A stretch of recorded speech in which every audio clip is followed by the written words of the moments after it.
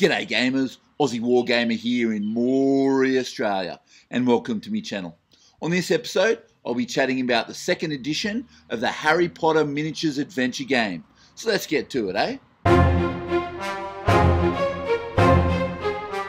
When Knight Models first released their Harry Potter Miniatures game about a year ago, it was not without its criticisms. While the game was rightly praised for the amazing sculpts of the miniatures, it was universally slammed for its poor component quality and its unavailability in many parts of the world. The tokens were printed on really thin cardstock, the boards were cut roughly, and the resin was brittle and unforgiving. Knight Models seems to have listened to all that criticism and have released a second edition with updated components and is now available here in Australia. When I first saw the game, before it came out, I instantly fell in love with the minis and knew I wanted to collect them. So as soon as the game became available here, link in the description below, I snapped up as much as I could. So let's have a look at the game, hey? Firstly, the game is really just a vehicle for the miniatures, which are absolutely bonza. In the box, you'll get Harry, Ron, Hermione, 4 Death Eaters, an Acromantula, and 5 Acromantula swarms. This is enough to get you started, but you want to grab some of the myriad other characters from the Potterverse. I've only painted up Fred Weasley, but I'm really looking forward to painting up everything. They're just amazing miniatures. Hermione is possibly my favourite miniature sculpt ever. I love the way this model flows so elegantly. The other minis are pretty bonza as well.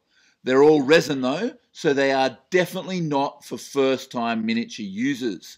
They require a lot of cleaning and gluing, and even I had a bit of trouble with some of them.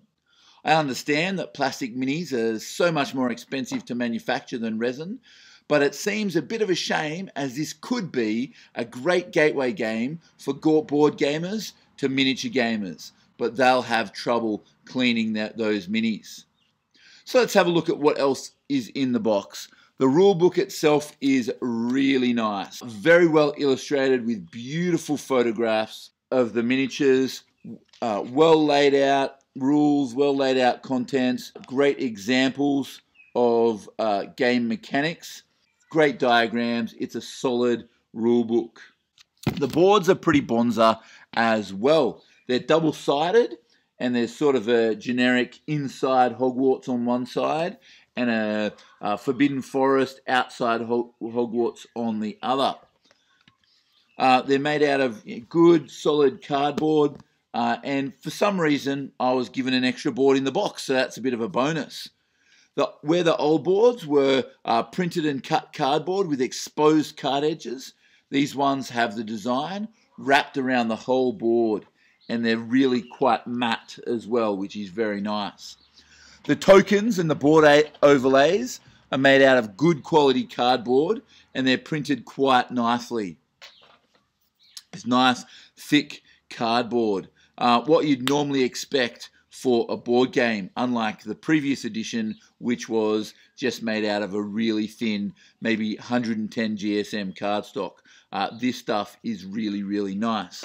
The cards are still pretty thin, which is a little disappointing, but those people who normally sleeve cards shouldn't have an issue, and I would probably recommend sleeving these if you're going to be playing with this game a fair bit, because the cardstock is really still quite thin.